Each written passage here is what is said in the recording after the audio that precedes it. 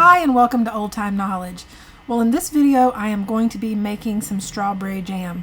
Y'all, I didn't plan to do this, but they had strawberries on sale for $2 a pound the other day, and these are organic strawberries, which is fantastic because usually these are definitely more expensive around here.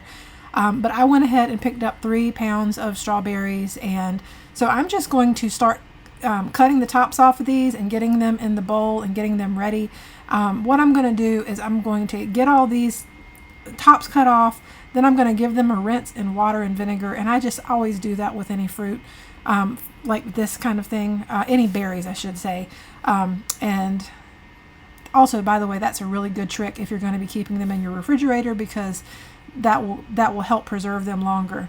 So anyway, I'm going to clean the tops off of these and then give them a rinse in some water and vinegar and crush them. And what I'm going to be looking for is getting, well, I don't know how many I'm going to have. I'm going to be going for about 4 cups. I know that the recipe, this is so simple. You're only going to need the number of cups of crushed fruit for like strawberries or berries, and then the same amount of cups of sugar. So if it's 4 cups of crushed strawberries, it's going to be 4 cups of sugar. And then putting that on the stove, bringing it to a boil, and all that is all there is to this. This is such a simple recipe. You don't have to buy any Sure-Gel, any of that stuff.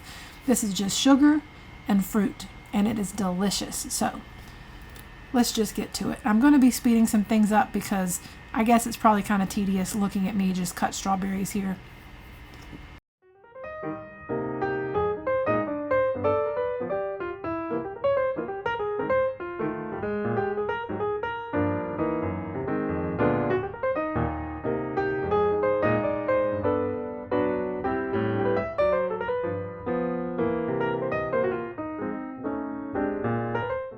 Alright, so here's the part where I'm just going to add a little splash of vinegar, and I'm going to add some water to the bowl after I toss the vinegar around on the fruit.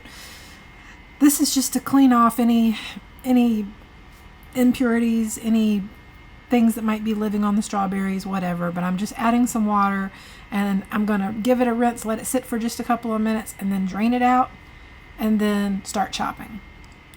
Alright, at this point, I start cutting the strawberries up and putting them in my measuring cup just to gauge how many I have, just to get some idea. And I get this 4-cup measuring cup completely full, and then I just dump all of them back in and start crushing them with this chopper that I have, which I will link in the description below. The thing is, you definitely want these strawberries chopped as much as you can chop them. Not totally pulverized, because you want some pieces of strawberry in your jam, but you want them chopped like this before you measure the sugar against the strawberry so that you'll know that you have enough. And this actually looks pretty good.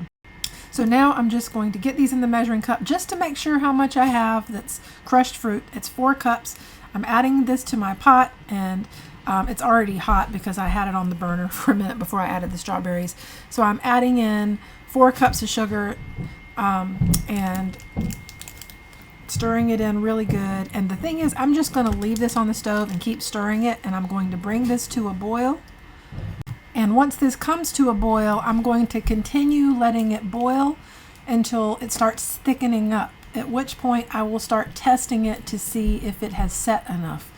I'll be doing that by putting a little bit of jam on a plate and putting it in the freezer just for a few seconds to get it cool, and then I'll know if it's ready to jar up. This takes a little bit of time, so take your time with this.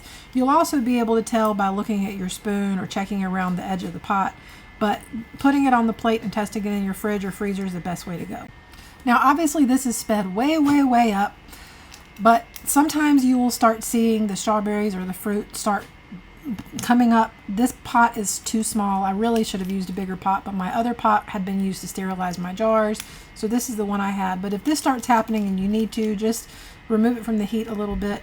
But ultimately you're just going to need to let it boil and boil until it's ready.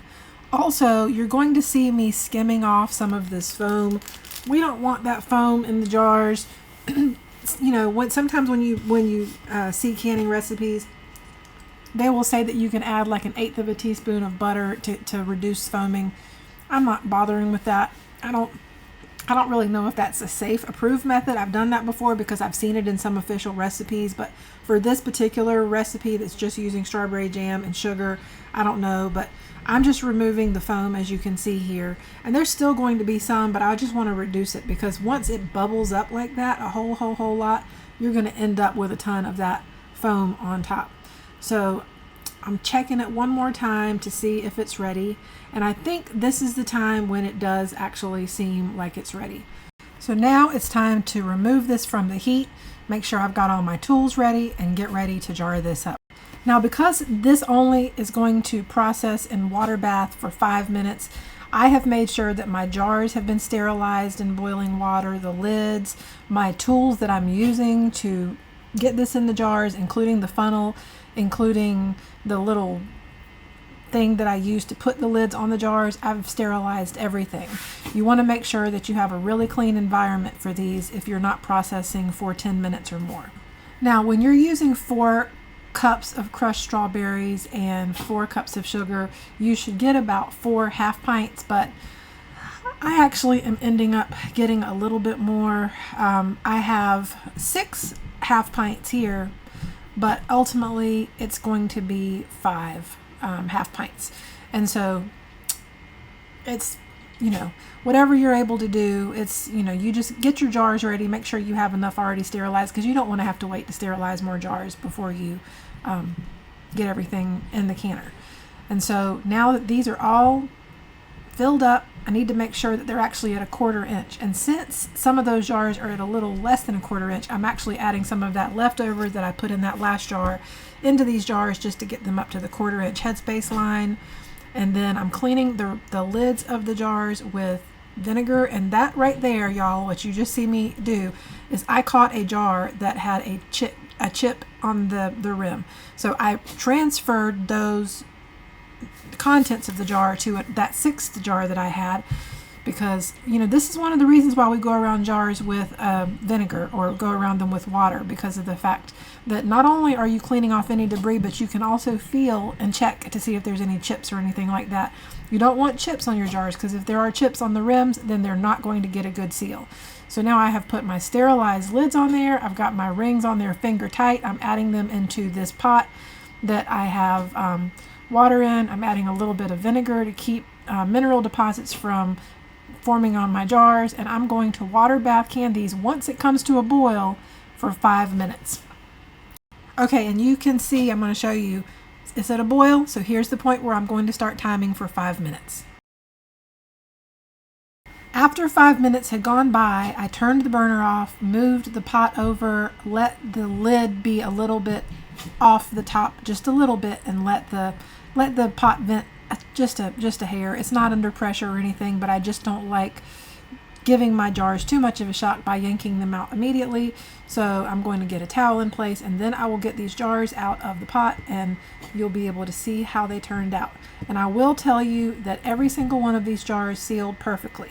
It took them a few minutes, over a course of a few minutes, but I would hear pop, pop, pop, pop, pop. It was so nice. I love that sound. So let me get them out of here and show you how they look. And there we have it, friends. Look at that. 5 half pints of delicious homemade strawberry jam made with organic strawberries that I got on sale for $2 a pound. I am so happy with these. They sealed perfectly. I've got this ready for toast, for bagels, for anything I want to put strawberry jam on, biscuits, you name it. I love this so much. I hope you'll try making some jam. You can use the same recipe with strawberries or any berries that are, suitable for eating. You can use the same process. 1 cup of crushed berries to 1 cup of sugar, because the berries have enough pectin for it to set. And so I hope you try this. I hope you'll enjoy it. And let me know what you think in the comments below. What are some of your favorite things to can? Thank you so much for watching. And I'm also going to link to another jam video that I have in the show notes, as well as in one of the cards at the end. So thank you so much for watching, and I'll see you again soon. Bye-bye.